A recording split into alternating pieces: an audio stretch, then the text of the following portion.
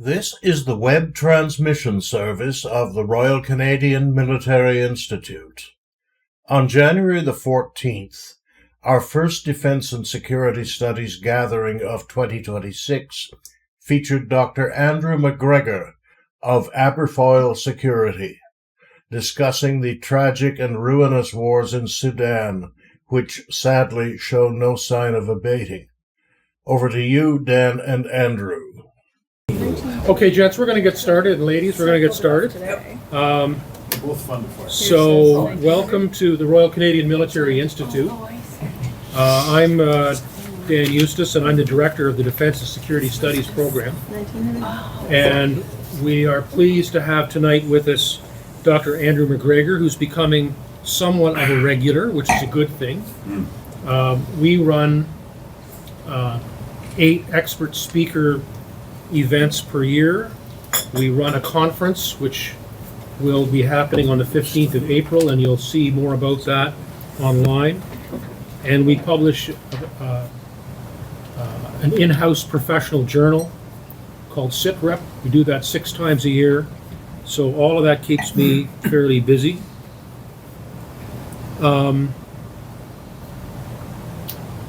Tonight we have truly an expert on the Sudan, and recently the Sudan has been back in the news, not for good reasons, and so the timeliness of Andrew's presentation couldn't be any better. I know you may have seen the introduction or the flyer for tonight's evening. Andrew has been here a few times before. Therefore, he needs no introduction, but I've heard he really likes one, so I'm going to read it. So Dr. Andrew McGregor is Director of Toronto-based Aberfoyle International Security, and I've learned tonight that Aberfoyle relates to his home, his homeland in Scotland. And the fact that it's an MC does not mean he's Irish. He is most definitely Scottish.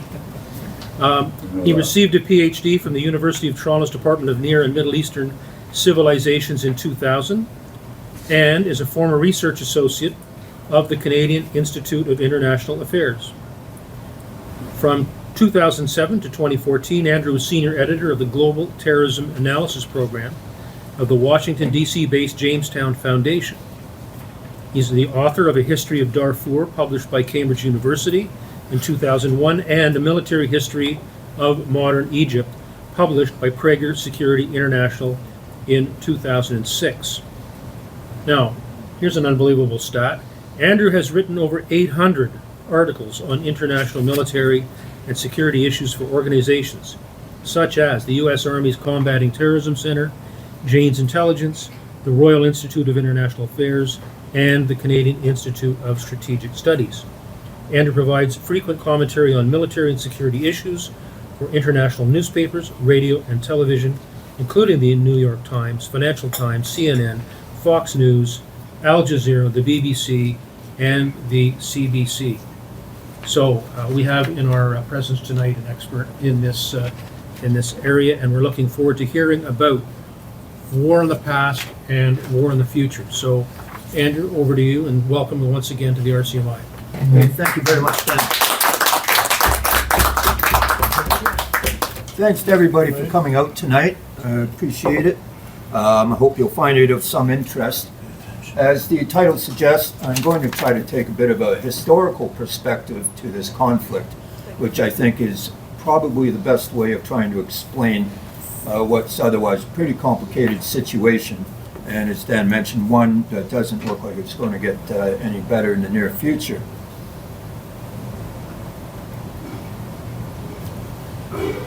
So Sudan, as you can see, it's still one of the very biggest nations in Africa. It used to be the biggest until it lost the South Sudan. It's an area of many different types of terrain. You've got Sahara Desert in some areas, the Red Sea Hills, which are actually quite nice in the winter months by the Red Sea. And to the south, the Jazeera area, which is very good for agriculture. That's where most of the cotton and food crops are grown. And to the west, you get into Darfur, which is a kind of a mixed area of desert and large mountains, especially the Jebel Mara Mountains. Beautiful area, quite scenic, even waterfalls out there. You'd be very surprised when you're actually out in the middle of the Sahara Desert and you see this very large area of green and wonderful crops, fruit, everything there. So it's not always what you expect. Now, the war, unfortunately, to this point, has killed 40,000 to 100,000 people. It's displaced 10 to 14 million people. These are the latest estimates by the United Nations. And we also have 21 million people facing dire hunger. Now, by taking a kind of historical perspective, I'm not trying to advance some form of determinism as an unavoidable source of conflict in Sudan, but rather using it to note the perpetuation of an unresolved ethnic and social issues in Sudan that provide ready tinder for the eruption of internal conflict in a nation that has a proliferation of ethnic groups, tribal groups, social classes, and languages. Now, the current war began in 2023.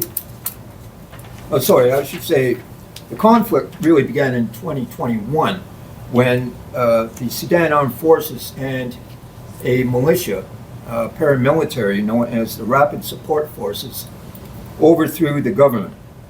At that point, the Rapid Support Forces refused to be integrated with the Sudan Armed Forces, this resulting in open conflict by April 2023.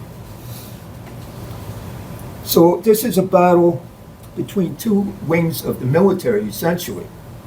It's not a religious-based conflict, although it has religious dimension to it, as we'll see.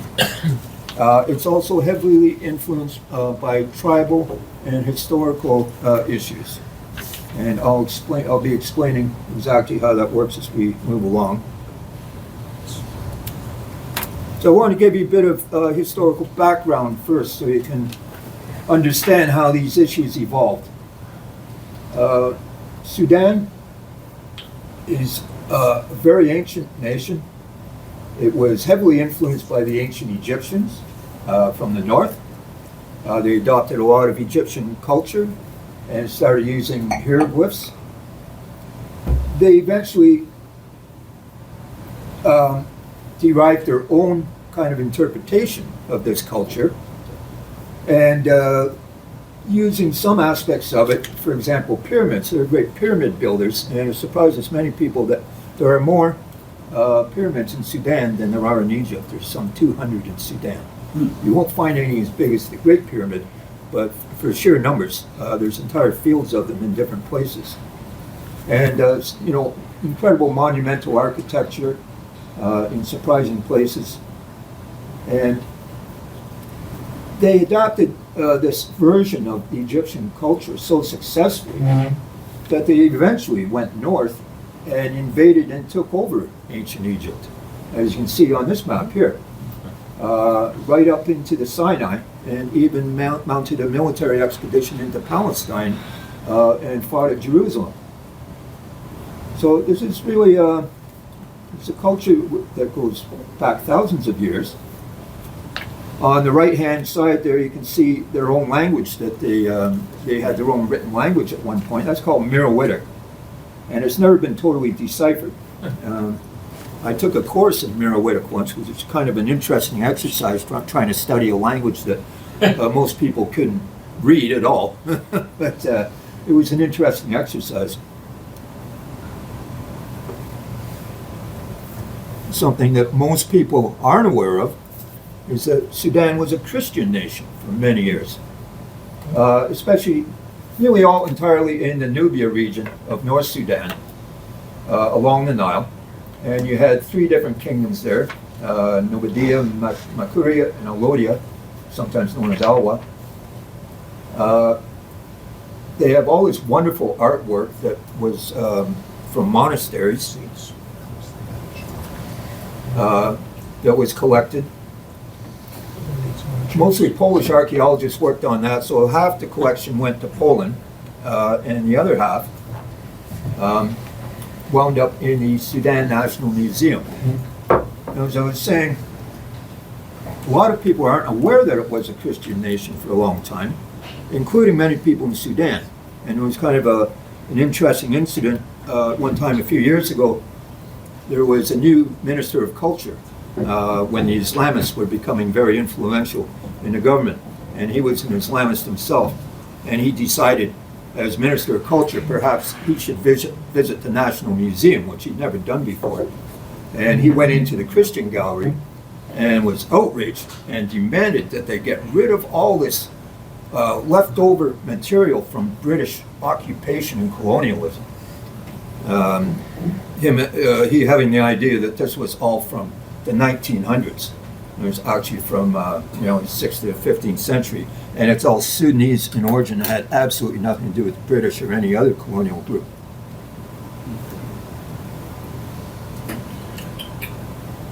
Oops, I'm moving too fast. So the relationship of the Sudanese Muslims with their history has always been a difficult affair. The past to most Muslims is Jahiliyyah. Jahiliyyah is the time of ignorance before the emergence of the Prophet Muhammad in the 7th century. So the Jahiliyyah, Muslims think of this as a time of ignorance. It was a time before the Prophet Muhammad, and basically nothing that happened before the Prophet Muhammad is of any interest or note. So this makes their relationship with their very long and deep history a bit of a problem. And it's this kind of historical antagonism that is persisting today and causing a lot of conflicts within the country.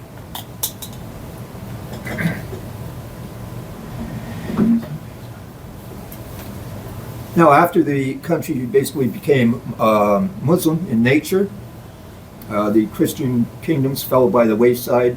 Arabs moved into Egypt and then began moving south into Sudan and changed it into a Muslim state. It survived as a number of independent Muslim kingdoms until 1821, when Muhammad Ali, the viceroy of Egypt, not the boxer, decided to expand Egypt. He was nominally still under the Ottoman Sultan, but he decided to create the Egyptian Empire of the 19th century. And you can see on the map just how large it got, basically taking over areas right up as far as Anatolia and Turkey, Saudi Arabia, and very deep into Africa, right down to northern Uganda, as well as areas in the east along the Red Sea and present-day Somaliland.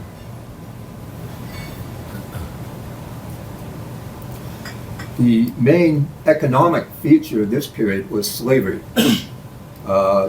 Muhammad Ali's purpose in taking Sudan was to basically enslave all its people and use them as either labor for his economic projects or for his military.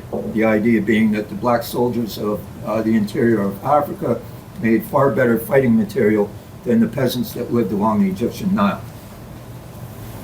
You can see on the graphic on the left there, the rank and file were all black, the officers being Arabs or quite often Muslims from Southern Europe.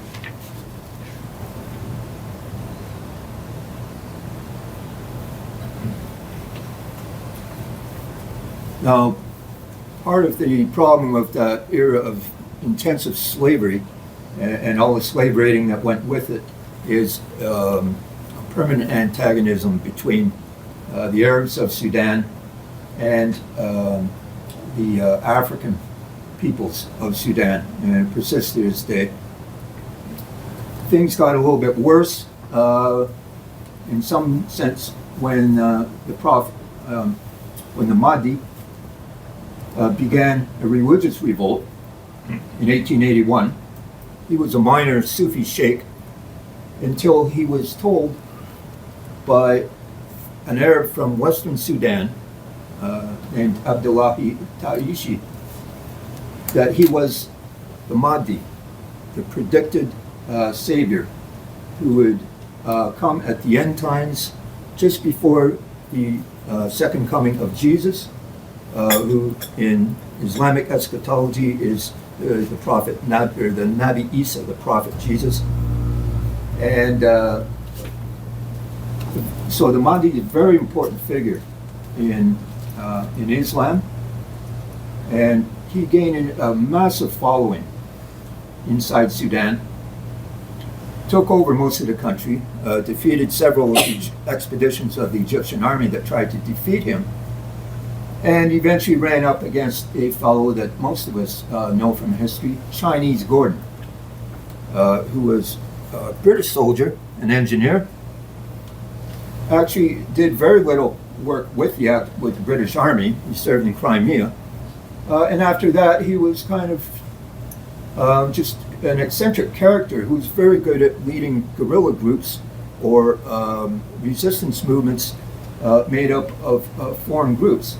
And he had a real talent for this. And so he was always being put on loan to advance British interests abroad.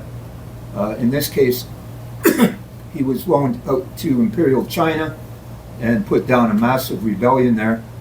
He became known as Chinese Gordon, and eventually he would be loaned out to Egypt when the Mahdi began to present a massive military problem.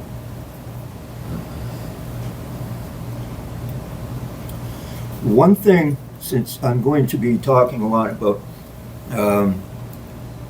how history is playing a big role in the conflict, and it's the destruction of history that keeps coming up again and again in Sudan, creating problems, creating difficulties, and creating a united nation.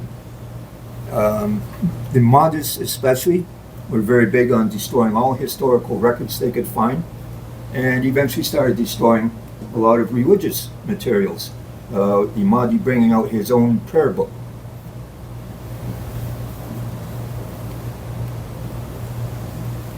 Now Gordon, of course, came to a bad end, 1885.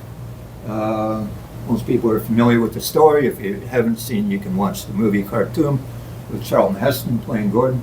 It's a good account, relatively close to the actual story. That's a still from the movie, isn't it? Oh, that's a painting. Oh, cool. I think they relied a lot on the artwork for the sets in the movie.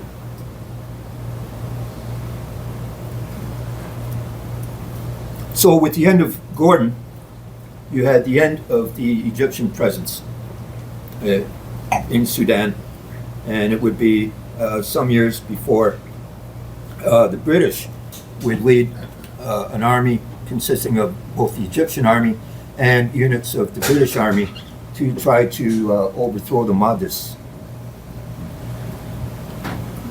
The Mahdi did not live very long to enjoy his spoils. He died of disease within a couple of months after Gordon died.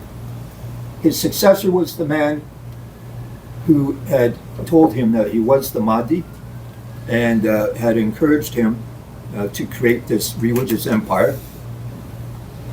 The dotted lines on the map there show that the Mahdi's empire is roughly equivalent to the modern political definition of Sudan before South Sudan split in 2011.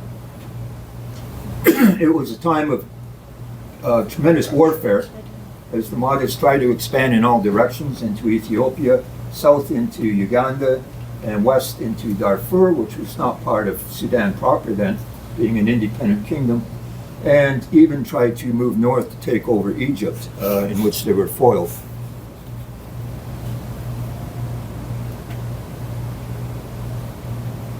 Oh, so I just wanted to make a note here.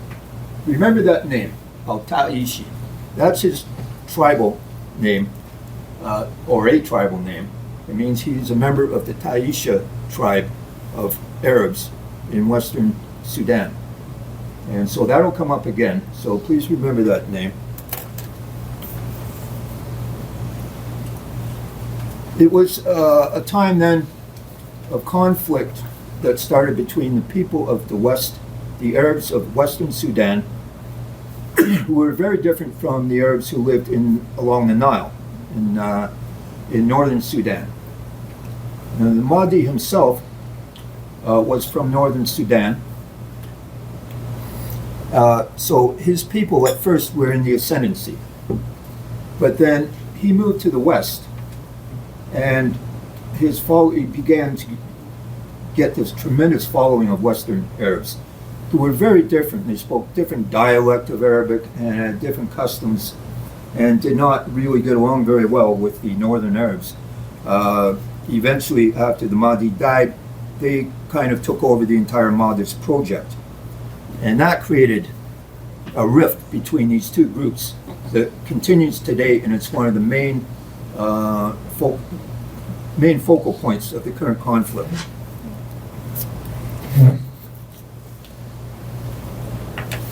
So we're talking about destruction of historical symbols, historical works. This was the British contribution to that. The Mahdi's tomb in Omdurman. When the British got down there in 1898, they shelled it from their gunships and destroyed it, as you can see in the top right there. And then they sent in Gordon's nephew with all kinds of dynamite to finish the job, and that's all that was left at the bottom. And it wasn't until the 1940s that the British allowed the followers of the Mahdi to reconstruct this tomb. And that's pretty much how it looks today. As far as I know, it has escaped most of the damage that has otherwise destroyed so much of the area of Omdurman. Omdurman's a city just across the Nile River from Khartoum. And sometimes people who live there call Omdurman the national capital and Khartoum the political capital.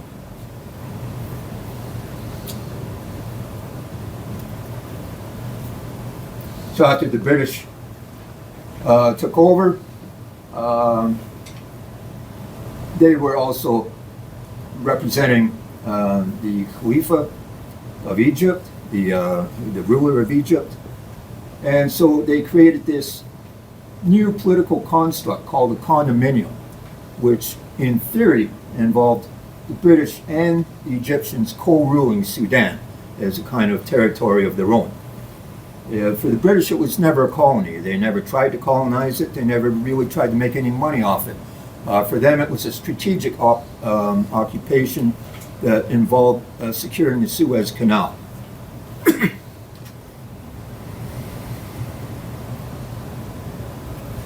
Now, of course, the condominium never worked in practice. The only way a condominium works as a form of government is to have a senior partner and a junior partner who has very little say in anything. And the junior partner wound up being Egypt, which created all kinds of strife with the British over who exactly was ruling Sudan. As far as I know, there was only one other attempt at a condominium government. That was in the Pacific, in an area called Vanuatu. It's an island, now an independent state. But the British tried to have a condominium government there with the French, in which they would this time be equal partners. Well, it worked out so badly, it became known as the pandemonium rather than the condominium.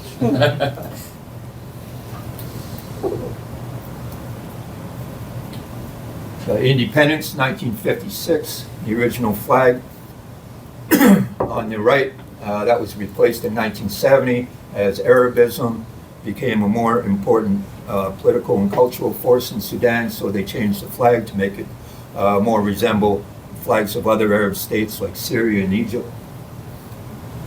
Civil war started almost immediately. I was telling you about the difference between South Sudan and the north, the south being the home of various Nilotic tribes, the Dinka, the Nuer, the Shilluk, and many others. They were victimized in past times by the slavers of the north, the Arabs of the north. And during the time of the condominium, the British had basically separated North and South Sudan. They didn't allow the Arabs from the north to enter the south, which was becoming mostly Christian. And so you wound up having two very different cultures developing at the same time, and all of a sudden, boom, 1956, they're all one country. And that line that used to divide the two areas was gone. So rebellion broke out almost immediately in the south. They did not want to see the return of the Arabs, who they knew best as slavers.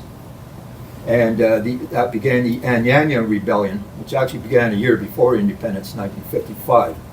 And you've got some of the early guerrillas there and their own flag.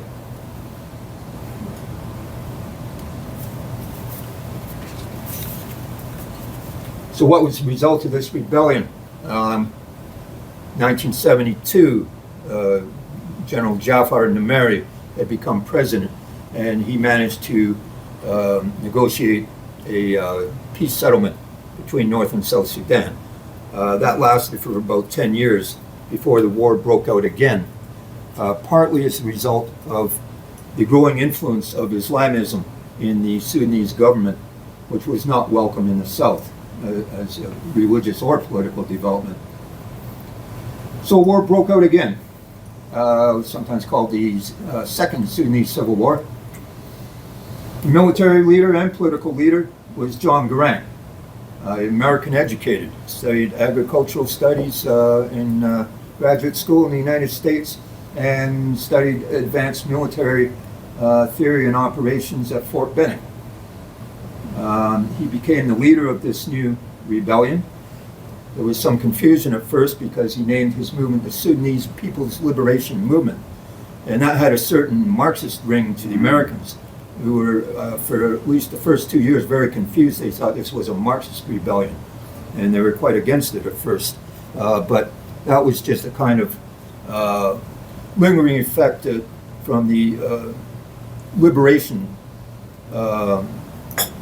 idea that was spreading through Africa at the time, through the 50s and the 60s. Everything had to be a people's movement, but there was really no Marxist connection.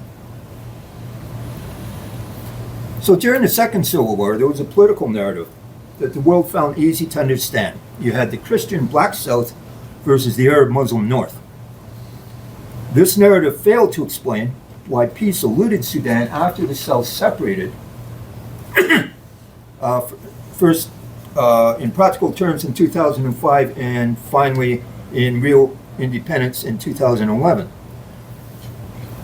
But there were, in fact, deeper issues within Sudanese society that promoted the perpetuation of violence: tribal, religious, racial, historical, and ideological issues, even differences within Sudanese Islam.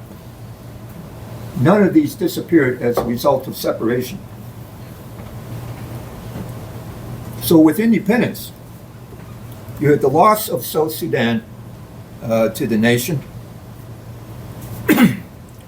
This meant the loss of oil revenues, which the state had become dependent on.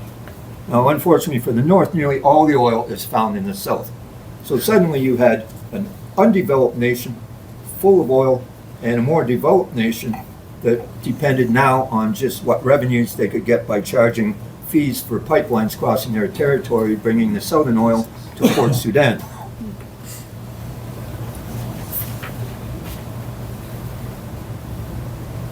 Dr. John Garang died very mysteriously just after the ceasefire had been achieved in 2005. He died in a helicopter crash, which in Sudan is a fairly common way for unpopular politicians to disappear. John Garang always talked about his vision for Sudan, which he called the New Sudan. This was going to be an integrated country. All the different races and ethnicities were going to live together and work towards a common goal. Unfortunately, he was one of the few people that actually believed in this. He had a few followers, both Arab and from the southern black population. Upon his death, however, the idea of a new Sudan died with him. All the people that had fought so hard in South Sudan against the North for all those years, none of them believed in New Sudan. But they had to say they believed in it because John Garang was a tough customer. And if he thought you were creating too many problems with opposition, you could find yourself living in a pit for a couple of years or worse. So it looked like John Grant had an opportunity possibly to lead a new Sudan, but who knows what would have happened in practice. He might have become much like the leader of Uganda, who rescued the nation from Idi Amin, and then decides nobody else can prevent this from happening again except me. So they're still around, 30, 40 years later. That was totally a possible scenario. But during those few years, when the oil revenues were serving both the North and the South, a lot of this money was used to develop new infrastructure, new architecture. In North Sudan, Khartoum became this very modern-looking city. Everyone seemed to be benefiting from the oil revenues.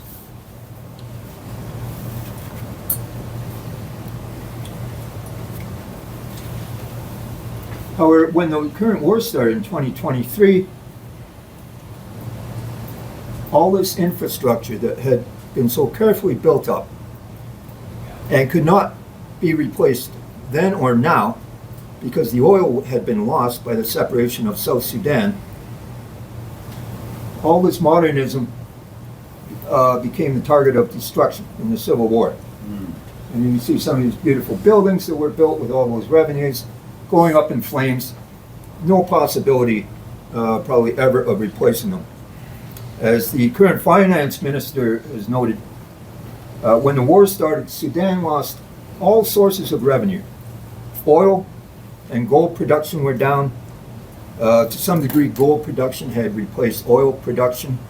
But the problem is the vast amount of smuggling that goes on of the gold. Most of it winds up in the United Arab Emirates, who have become a big player in this conflict in Sudan. Just to give you an example, last year alone, Sudan produced 70 tons of gold.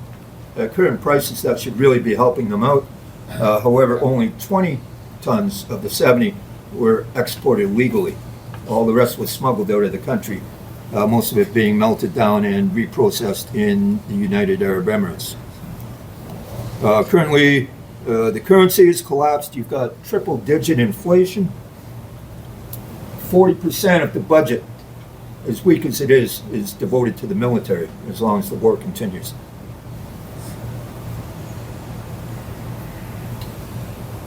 So I'll just move over to talk for a few minutes about Islam in Sudan.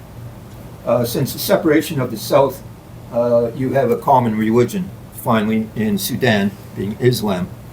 But of course, there's many different types of Islam. I always like to compare it a bit to, Protestantism.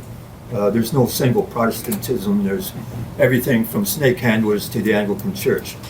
And you have a lot of the same kind of thing going on with Islam, all different ways of interpreting it or expressing your devotion. So you get everything from the bottom right, the Qadiri Sufis, who express themselves to these kind of ecstatic dancing and music and that type of thing. And then you have the two largest Sufi groups who are much more conservative in nature and have both formed their own political parties as well. You have the Ansar, who are followers of the Mahdi and his descendants. The thing about Sufi movements or brotherhoods is that each leader derives his religious authority through a chain of succession that's carefully monitored. And so the people who are in charge of the Ansar today are direct descendants of the Mahdi. Opposing them is the second largest Sufi group called the Khatmiya. And they have formed what's called the Democratic Unionist Party, which has always been generally pro-Egypt.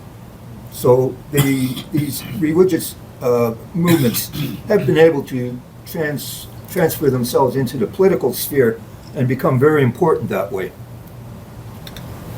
Right now in the current war, both the Khatmiya and the Mahdis have become very divided between the Rapid Support Forces, and the Sudan Armed Forces.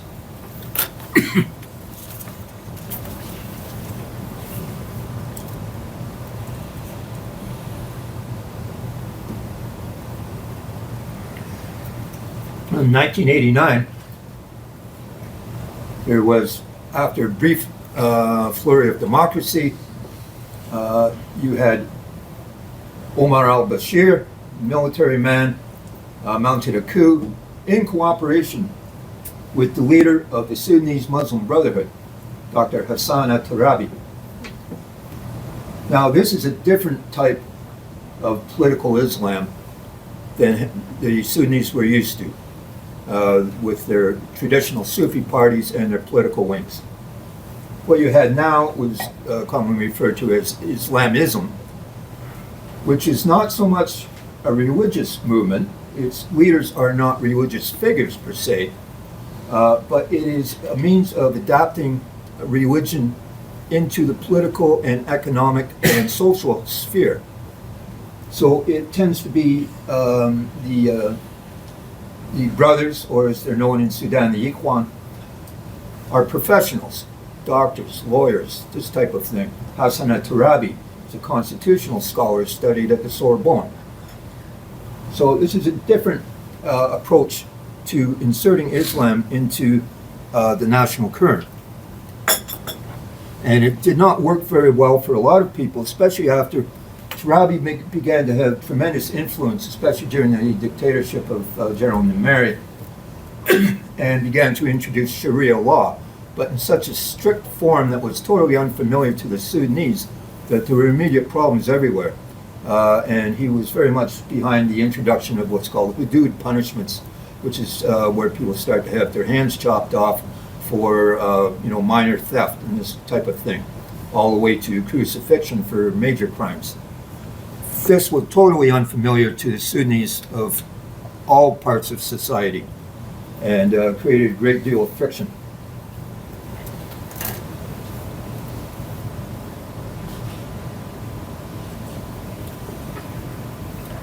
There's different types of Islamism as well. At the same time that Turabi was advancing his form, you had Mahmoud Muhammad Taha with not the Muslim Brotherhood, but the Republican Brotherhood. He had a very progressive approach to Islam, political Islam, and social Islam, very much in favor of the liberation of women, making them a much greater part of society, a more equal part of society. Very popular with for those kind of ideas, and very much opposed to Turabi. Well, Turabi got his against him. Turabi convinced General Numeri that he was a threat to the state, so he and his followers were rounded up. He was executed, and all his library burned, lest anyone read these dangerous ideas, which is another part of what I'm trying to get at through this talk, is the destruction of not just history, but of ideas and ideologies that are seen as a threat.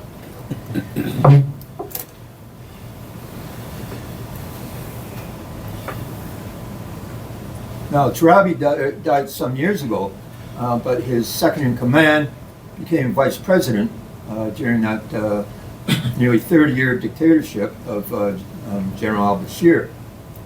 His name is Ali Uthman Muhammad Taha, and he also is not a religious leader, but he's an Islamist politician.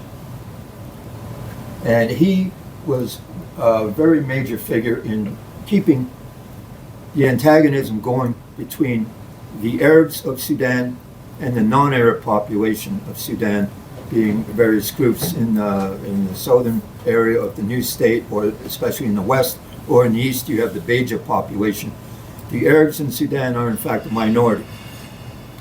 But for many people, like Ali Uthman Muhammad Taha, they are a majority that needs to be subservient to the Arabs, who are really should always be the ruling class of the country. Now, this has manifested itself in the current war militarily by the Bara bin Malik Brigade. That's their leader, Al-Misbah Abu Zaid Talha. Again, not a religious leader. He was a merchant until the war broke out. He formed a group in Khartoum mainly. Again, merchants, intellectuals, academics, and built them into a kind of a militia, which became very prominent by fighting on the side of the existing government and the Sudan Armed Forces in their war against the Rapid Support Forces. Now, the plan of this group is to become a political party as soon as the fighting is over. And they will be advancing more of the same kind of ideas as Vice President Talha was promoting. And they are, in fact, already working on the development of their new political party.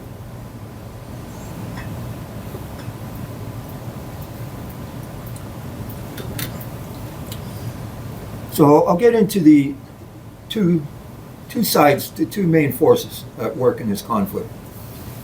Starting with what you might call the rebels. They don't consider them themselves as such. There's the Rapid Support Forces, and their leader, Mohammed Hamdan Daglo Hemeti. Hemeti is his nickname. I'll refer to him by that. Most people in Sudan just call him Hemeti.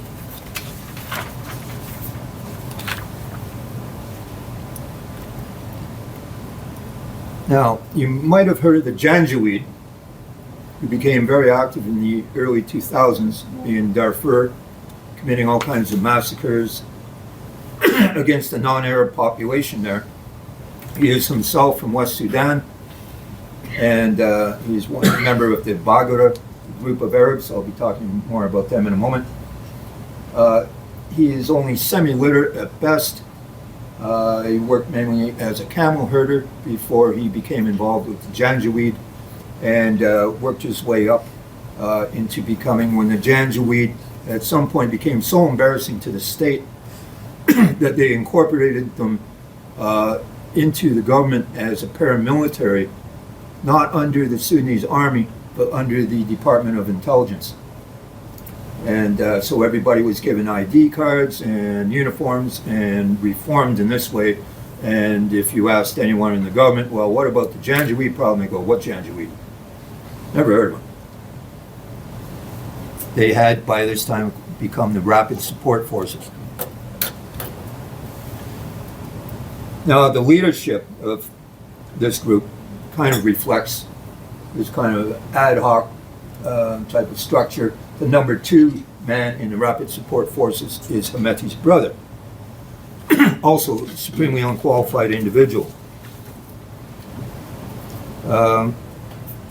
Now, when they split from the Sudan Armed Forces, which had tried to integrate them into the army proper, they weren't interested in this. And that's when the fighting broke out in 2023. The RSF claimed they are fighting in an effort to return an Islamist government to Sudan. General Bashir thought he could create a new power base while co-opting potential opposition from the Western Arabs.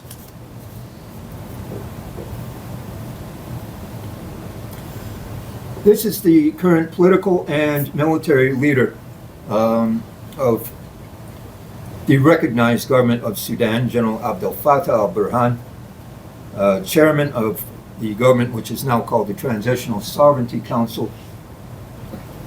He's taken a very hard-line approach. He's not very interested in negotiation after several years of war with the Rapid Support Forces. And as he says here, we're not really interested in a military solution. We don't necessarily have to end with fighting. It can end with their total surrender.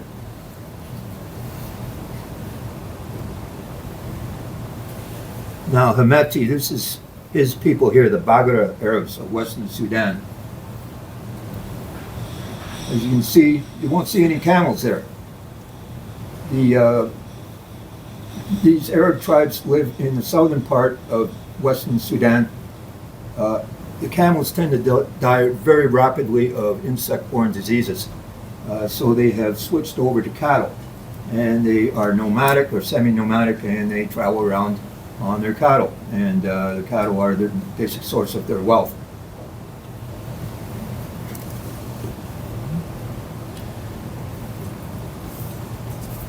You can see how they're spread out through that territory just north of where you get into Central Africa. These are the people that are looked down upon by the Arabs of the north, who regard them kind of as like their hillbilly cousins kind of thing, and unsuitable to partake in the rule of Sudan. And of course you have these tensions going back to the time of the Mahdi, when these two groups, the Baggara had taken control of the Mahdist movement and forced the better educated, more sophisticated Arabs of the north onto the sidelines. So now the people of the north are very concerned about never allowing this to happen again. One of the groups you can see here in the south is the Taisha, where the Khalifa who succeeded the Mahdi is from. Just north of them you have other tribes of Western Arabs, all related to the Baggara. These are known as the Abala Arabs. They are camel herders, as you can see. The area they live in is more suitable for camels. In the photo here you've got General al-Bashir in the center, rallying these people in the days of the Janjaweed, and just over behind his left shoulder is Musa Hilal, who was the leader of the Janjaweed. He has had a great deal of trouble with the government in more recent years.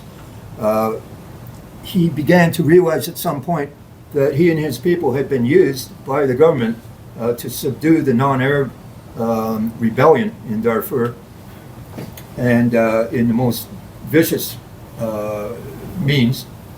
And they had created a terrible reputation for themselves globally. And he began to realize this and began to rebel himself against the central government.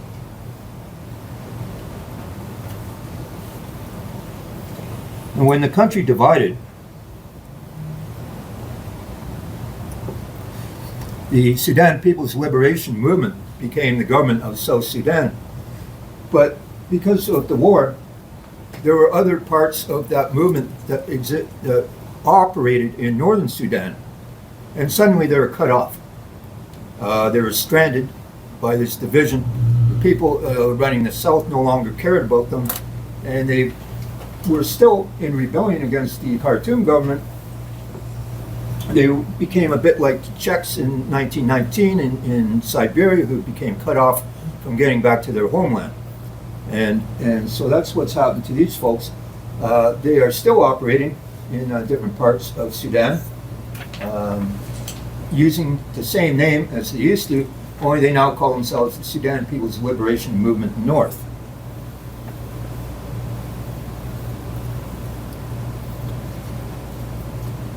In other parts of Sudan, you have other rebel movements that have been fighting since 2003. Many of them based on some of the largest tribes in Darfur, such as the Zagawa and then the Fur. Here you have Mini Minawi at the top, who's become one of the leading people in the new government. Jibril Ibrahim, who fought the government for many years until 2023. He's now joined the army and the regular government and has become finance minister. And then you have Mustafa Tambour, who is leading the main element of the Fur, for whom Darfur is named. Dar means homeland, and Fur is the name of the tribe that used to run that area. Part of the Fur homeland in Darfur is kind of semi-independent right now. It's being run by another Fur leader who mainly fights the war from Paris, but they have become almost successfully neutral in the current conflict.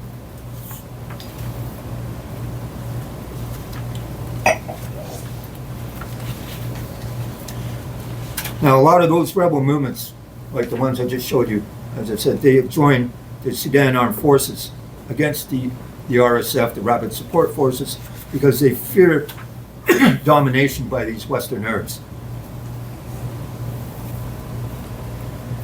However, not all the rebel movements have joined up with the government or the Sudan Armed Forces. This is a major group in particular.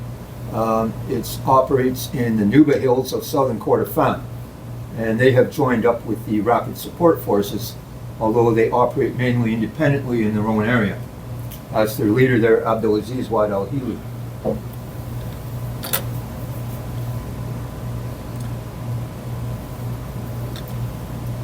A lot of these groups, whichever side they have decided to join, they are still to some degree believers in Garang's idea of New Sudan,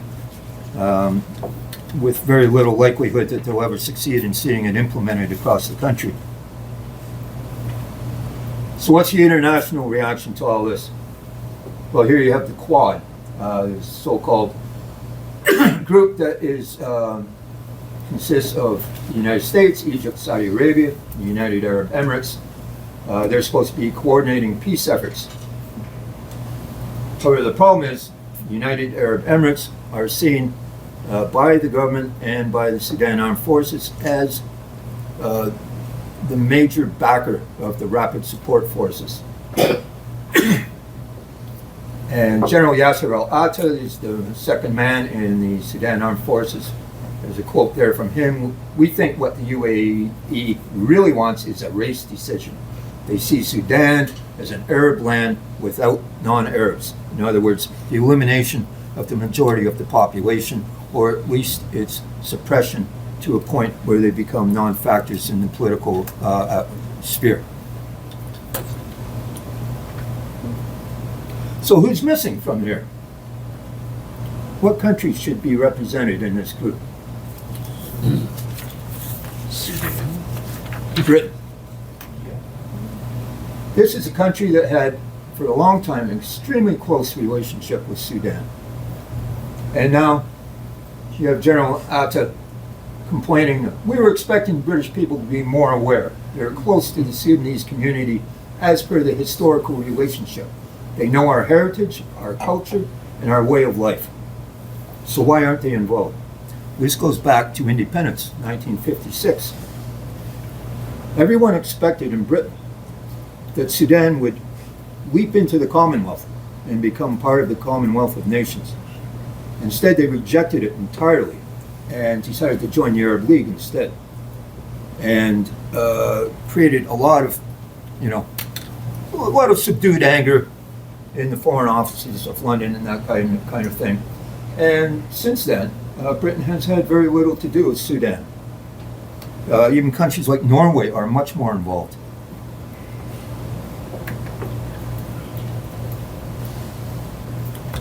So you got mercenaries operating as well, nearly all on the side of the Rapid Support Forces. Who's paying for these mercenaries? Well, United Arab Emirates. A lot of them are being imported from Colombia, of all places. They're brought down through, first they go to the Emirates, flown to Benghazi, they cross the desert through Libya, and come down in through northern Sudan, and have joined the fighting in Darfur. Once in a while, as you see at the top, one of their convoys gets destroyed by Sudanese Armed Forces aircraft.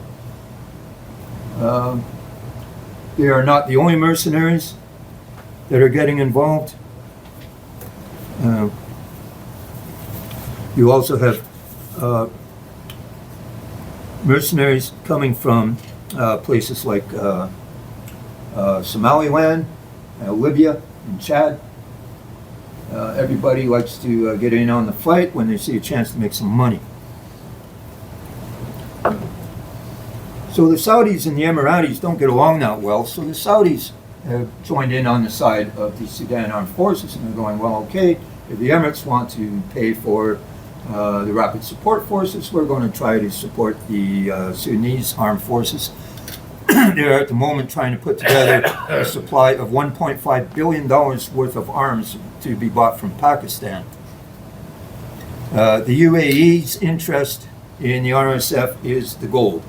And as I was pointing out before, most of that smuggled gold is going to the Emirates. So what's the United States position? Well, they didn't have much of a one till recently, until a meeting between President Trump and the Crown Prince of Saudi Arabia, and the Crown Prince practically begged him to get involved in Sudan. And when he was talking afterwards, that was his reaction. He just thought, oh, it's something crazy and out of control, and I don't know anything about it, but we're going to do something. Just wait.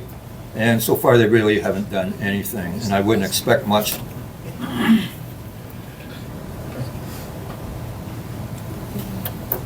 The Army has also ruled out any involvement by Trump's senior advisor for Arab and African affairs, Masad Boulos, whose son just happens to be married to Trump's daughter, Tiffany.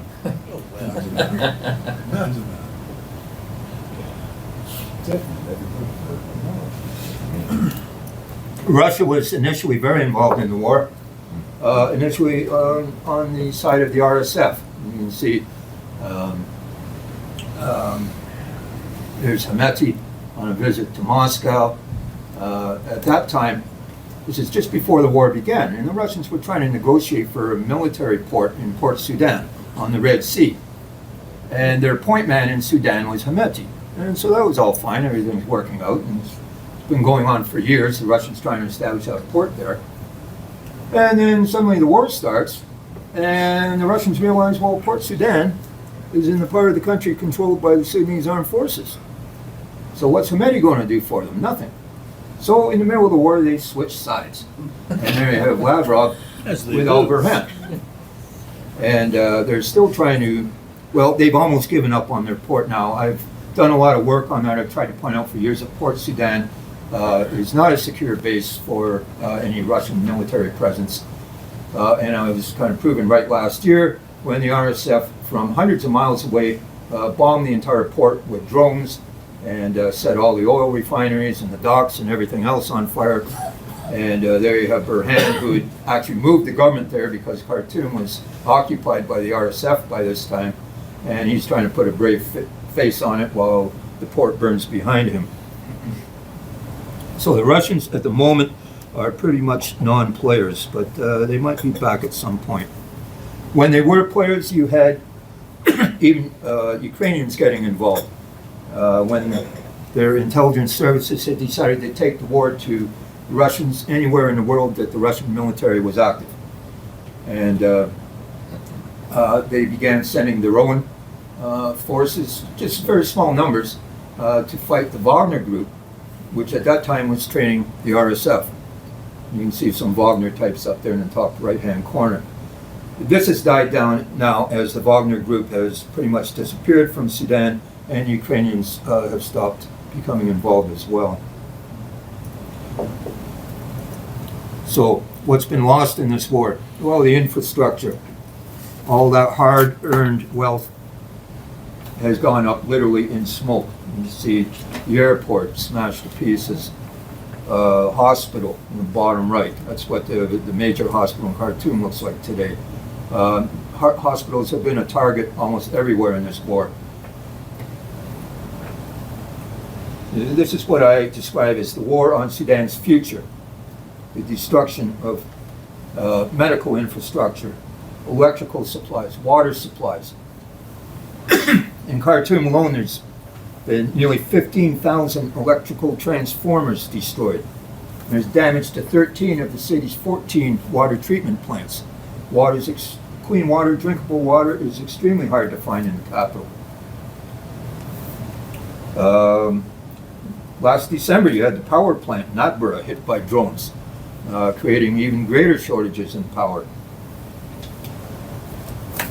And in what I describe as the war on the past, you have libraries, archives, museums, historical sites, all being destroyed across Sudan for reasons that we'll see. In Khartoum itself, you have the new Republican Palace again, built with the oil wealth. This was to replace the old palace of the president. Wasn't in existence very long before it was destroyed. Now, who destroyed this? Well, it was the army itself. The city had become occupied by the RSF, and the Sudanese army began to hit all different points with airstrikes to try to drive the rapid support forces out of the city. And they did this without much care about what they were hitting. If there were RSF troops there, it was going to be hit by drones, artillery, or by airstrikes.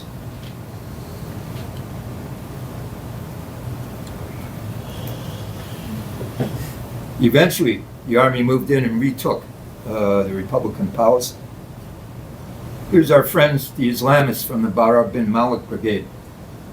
They moved in quickly, and being professionals rather than soldiers, they were very media savvy, and they brought all their cameras with them and started shooting video and started posting things on the web, and gave everyone the impression that they were the only ones involved in retaking Khartoum, and especially taking the old Republican Palace. And we've got the leader there in the middle holding a flag. And at this point, the generals in the Sudan Armed Forces became so angry that they threatened to expel the entire movement from the army and from the coalition. And they responded by saying, okay, fine, we're going to start forming our political party, and we'll take care of you later.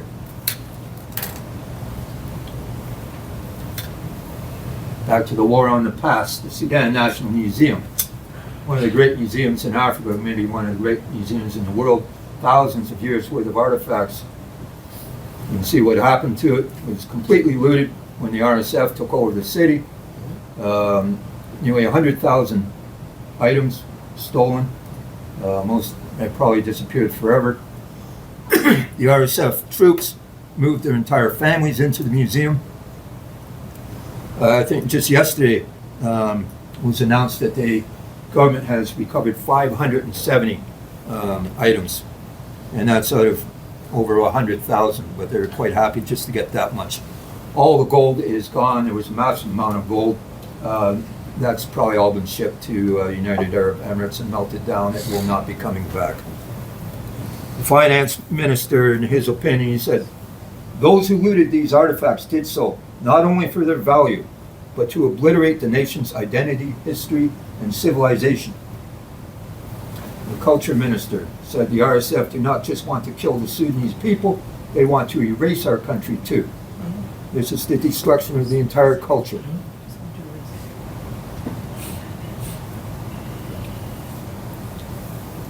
And unfortunately, there's the old entrance, and looking from the inside out to the through the entrance, you can see what's happened there.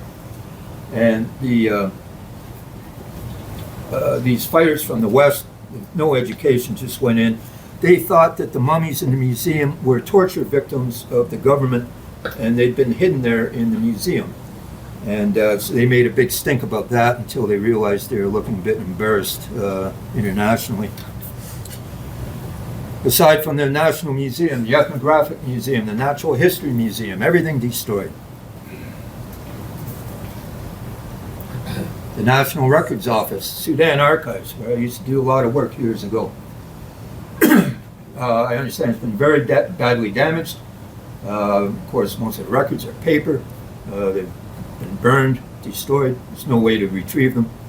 So a loss almost as equal as the destruction of the National Museum.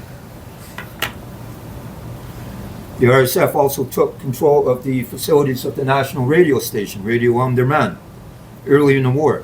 And they burnt all the libraries, all the station's library, all the tapes of songs, interviews, documentaries dating back to 1939. Again, just destroying all traces of common culture or of the history of the nation. That's the old Republican Palace, built in 1899 on the site of the palace where Gordon had been killed. That was taken down during the Mahdiya. You can see this has also been destroyed. They just finished spending a whole pile of money creating a museum, gardens, a new library. Again, all gone now. A lot of that destruction, in this case, again, the Sudanese armed forces, just joining in on the general destruction. So you've got both parties. You can't say anything very good about either of them in this case, because they have both contributed almost equally to the destruction of Sudan's culture and history.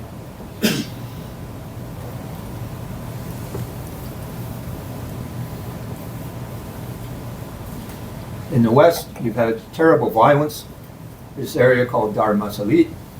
That was in 2023, the RSF went in there and massacred all these non-Arab people, the Masalit, who had lived along the border with Chad for centuries.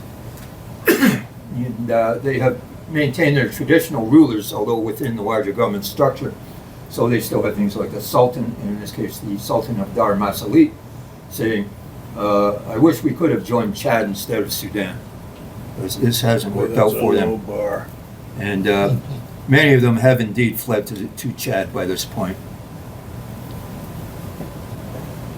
Last October, Al-Fashir, the capital of Darfur, was taken and occupied by the RSF after an 18-month siege in which many people had to flee. On the way out, they were beaten, murdered, robbed, raped by the RSF, who had built a giant sand wall around the entire city to prevent anyone from getting in or out.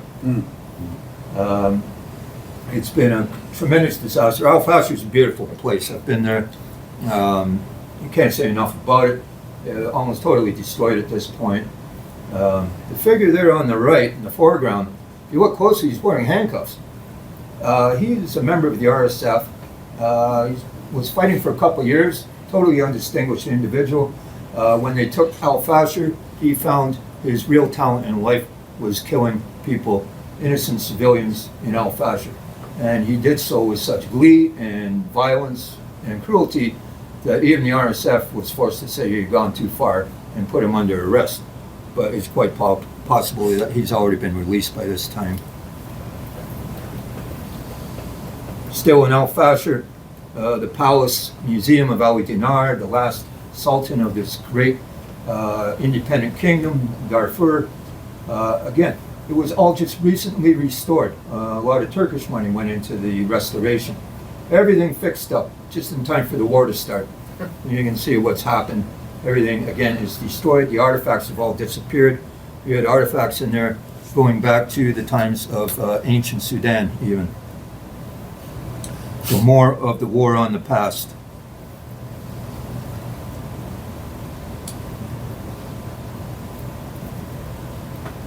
So let's just talk for a moment about the military aspects of the war.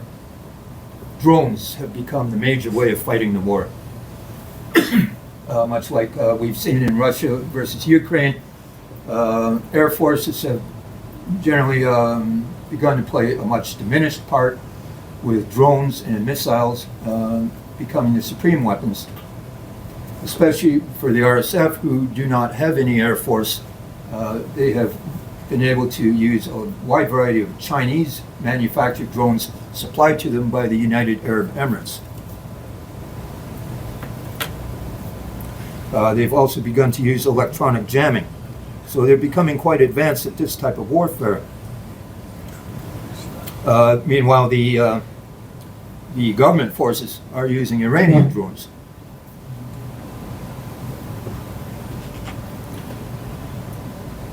And you can see more examples of some of the destruction being caused just by these drone attacks.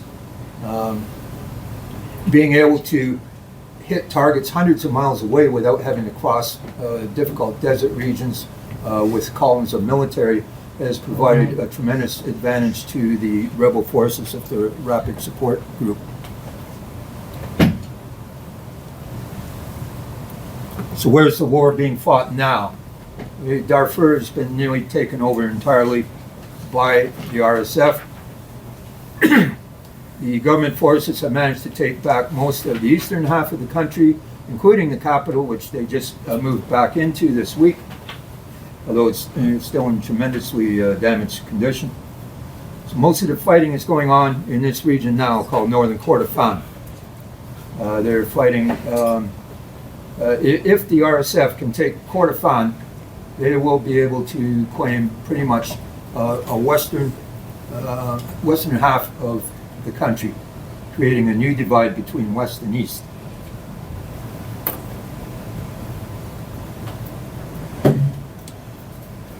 The capital city there is Al Ubaid.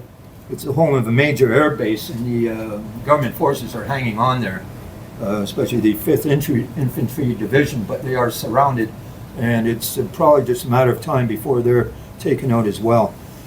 Pardon me.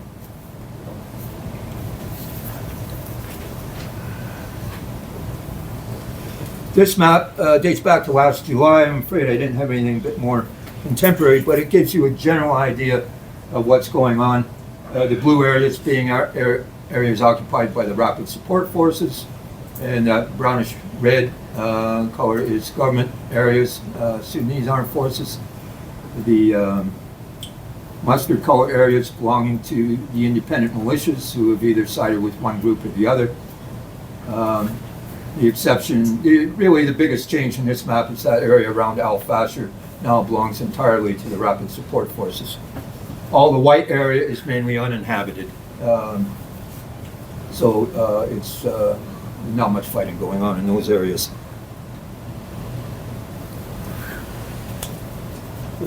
So what is the result of all of this? Where's Sudan headed? Who has a plan? Well, the Rapid Support Forces have announced their plan.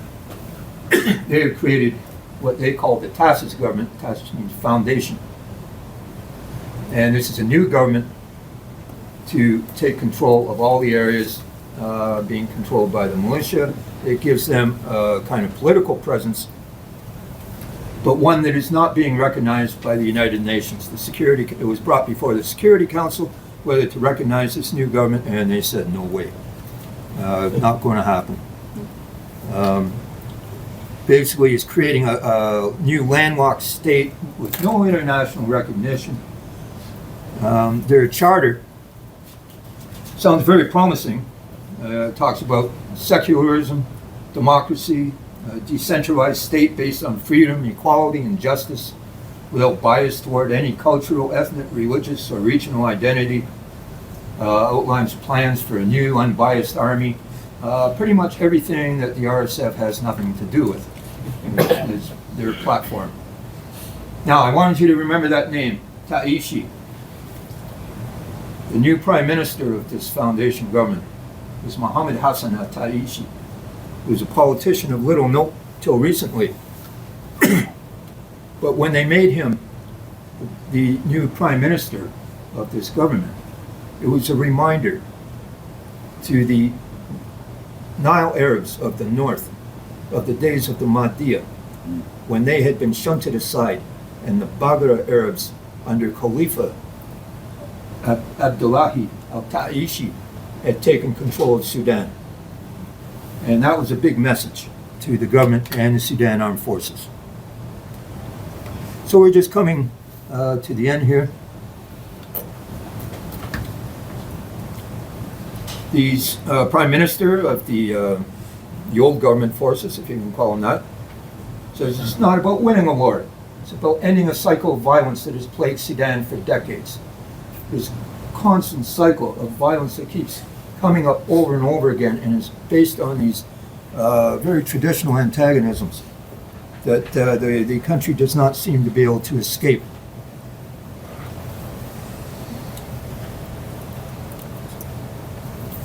So this is really not so much a war of generals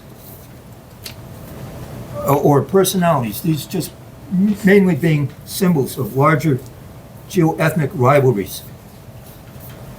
So where do we go from here? The state's extremely weak right now. The economy's shattered. Reconstruction will cost at least $200 billion. That's the latest estimate. There's not that kind of money in Sudan, and trying to find donors for that kind of cash, nearly impossible. So, do we wind up with 3 Sudans now? Do we see further divisions? Some people in Sudan are warning that might wind up not just with 3 Sudans, but 4 or 5, possibly 6 Sudans, the way things are going. Another possibility is complete military victory by one side or the other. not looking very promising at the moment. Final option, if we begin to see another drought, which is entirely possible, some kind of series of natural disasters, now we begin to see an outflux of the entire population of Sudan. And that would be a major disaster. And if you want to know why you care, because they'll all be heading for Europe if they can. It will create all kinds of international problems. So the question is, can a nation have a future if it has no past? Thank you very much for your attention. Thank you. Thank I'll take any questions. If I don't know the answer, I'll make one up. So, no problem. Bob, go ahead. Andrew, how has South Sudan managed to remain intact through all of this? They're very divided. You have the president is Dinka, and the vice president is from the Nuer, the second largest group, and they've been at odds since independence. There's constant rounds of fighting, not just between these two groups, but between all the smaller groups as well. There's very little security in the nation.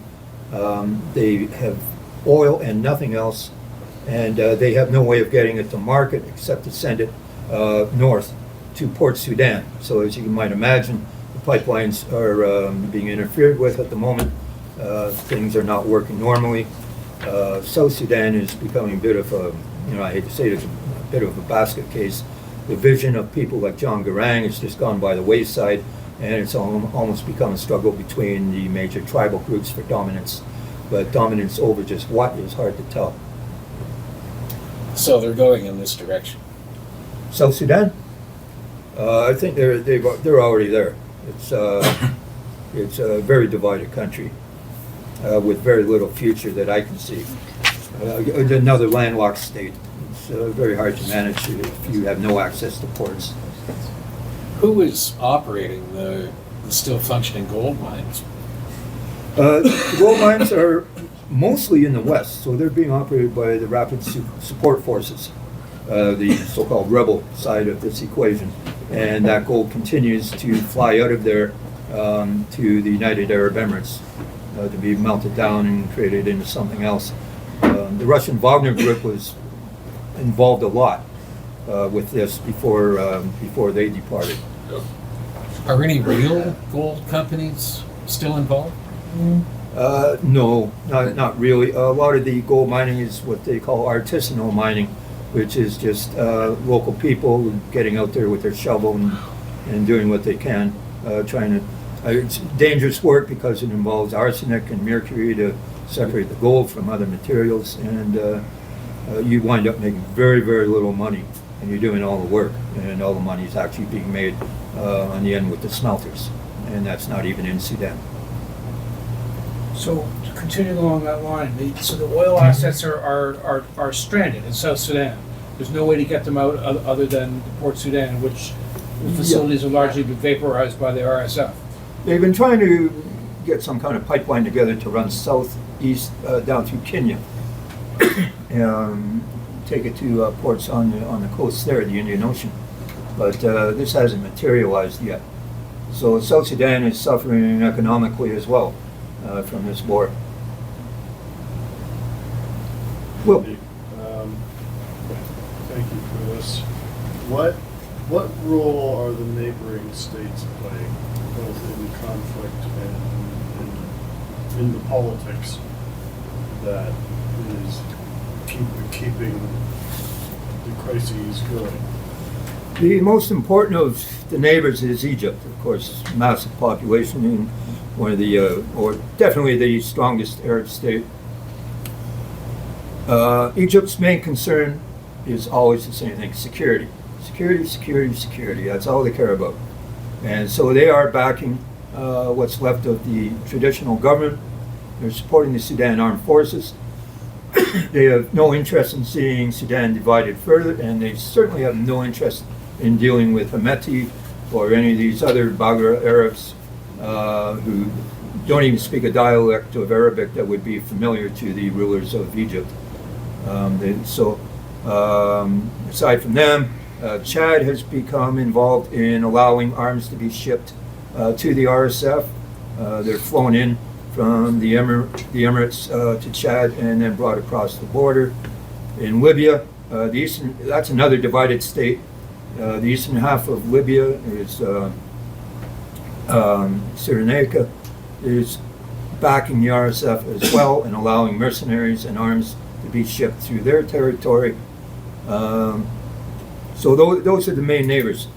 And the only one that is really has some kind of responsible attitude, I would have to say, is Egypt. Out of all three that are servicing whatever the political position they have on the lands right now. Pretty much.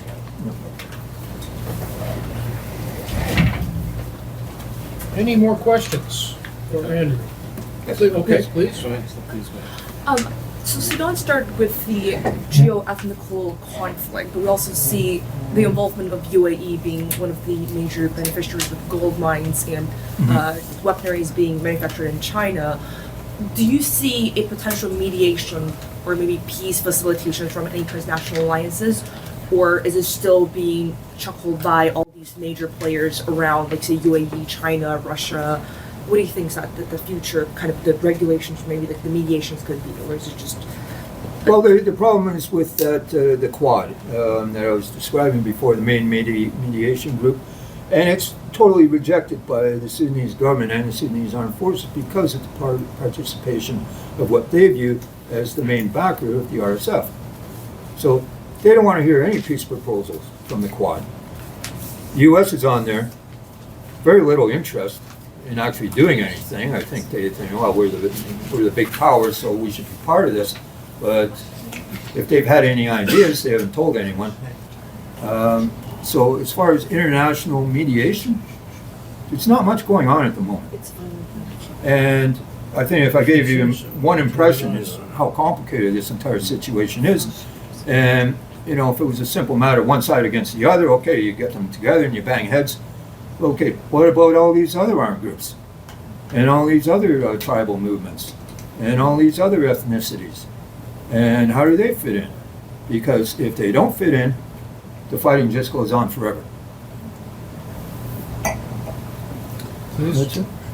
It's almost the same question, so but I'm still going to ask it. Well, yours was probably better. When the Saudis asked the U.S. and sent to Trump, do we have any hint about what they were thinking the U.S. would be capable of intervening or doing? Listen, I've spent a lot of time down in D.C., and they're capable of doing a lot. They've got so many smart people down there. It's just amazing. You know, the Department of State is full of brilliant people. And if they were given some kind of, you know, direction to do what they're good at, you might see something coming out of this.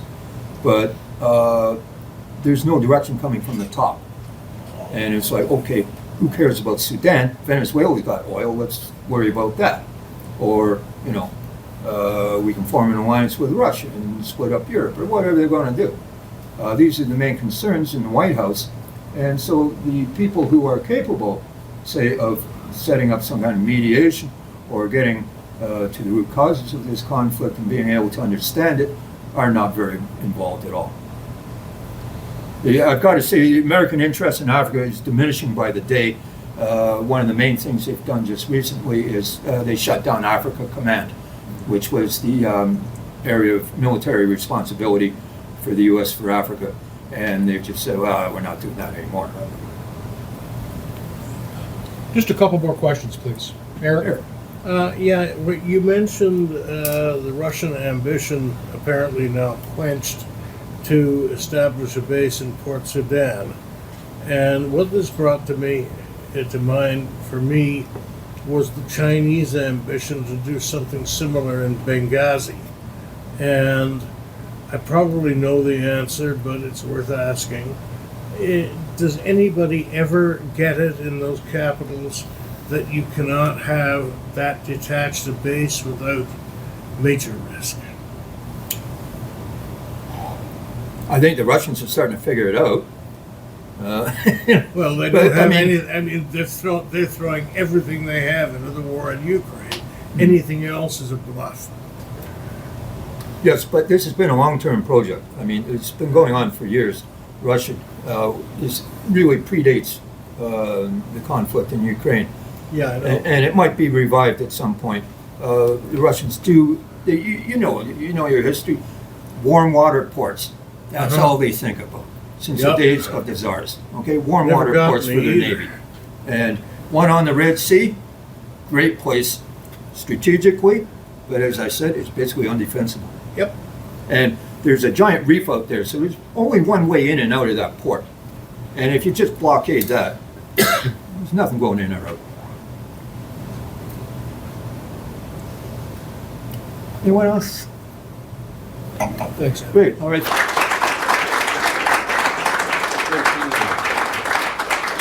This has been another in our series of webcasts produced by the Royal Canadian Military Institute in Toronto as a public educational service.